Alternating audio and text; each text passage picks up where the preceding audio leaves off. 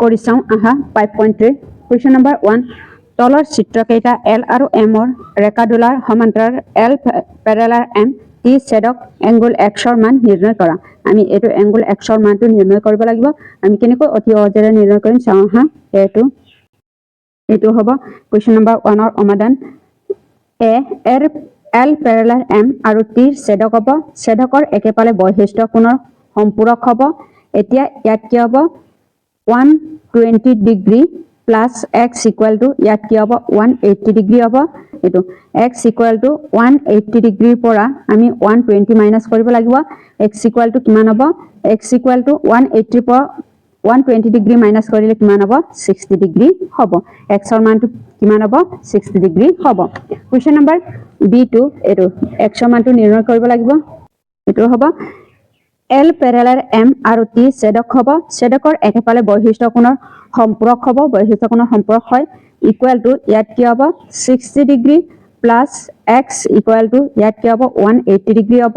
x equal to 180 ৰ পৰা minus 60 হ'ব x ইকুয়াল টু ইয়াত 180 ৰ পৰা 60 মাইনাস কৰিলে কিমান হ'ব 120 ডিগ্ৰী হ'ব এইটোৱে হ'ব এনসাৰটো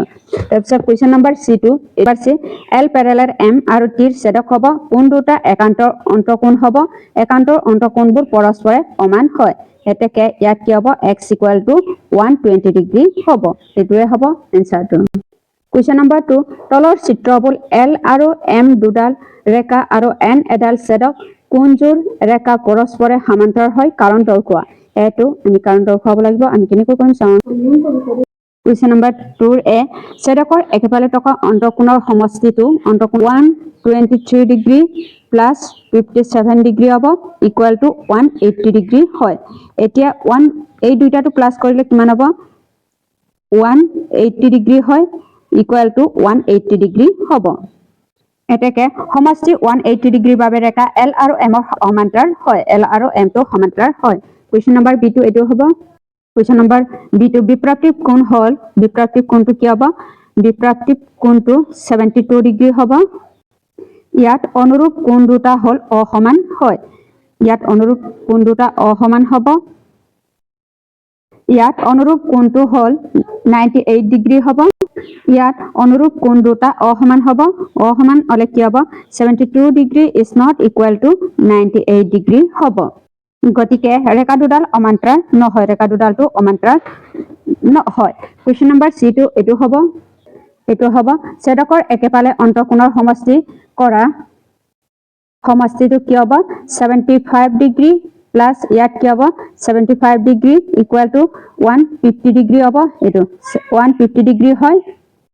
এটো হ'ব সমান্তৰাল ৰেখাৰ বাবে সমষ্টি 180 ডিগ্ৰী লাগে ইকুয়াল টু ইয়াত কি হ'ব 150 degree is not equal to 180 degree হয় গতিকে ৰেখা দুডাল সমান্তৰাল নহয় এটো ৰেখা দুডালটো সমান্তৰাল নহয় কোৱেশ্চন নম্বৰ D2 এটো হ'ব ৰৈখিক যুগ্মকোণ ইকুয়াল টু কিমান হ'ব 180 degree minus 126 degree equal to ইয়াত কি হ'ব 54 ডিগ্ৰী হ'ব মাইনাস কৰিলে এটো হ'ব এই কোণটোৱে অনুৰূপ কোণ সমান হয় এটো হ'ব অনুৰূপ কোণবোৰ পৰস্পৰে সমান হয় গতিকে L পেৰেলাল M হ'ব এটো কি হয় সমান্তৰাল হয় এটোৱে হ'ব 5.3 প্ৰশ্নৰ উত্তৰটো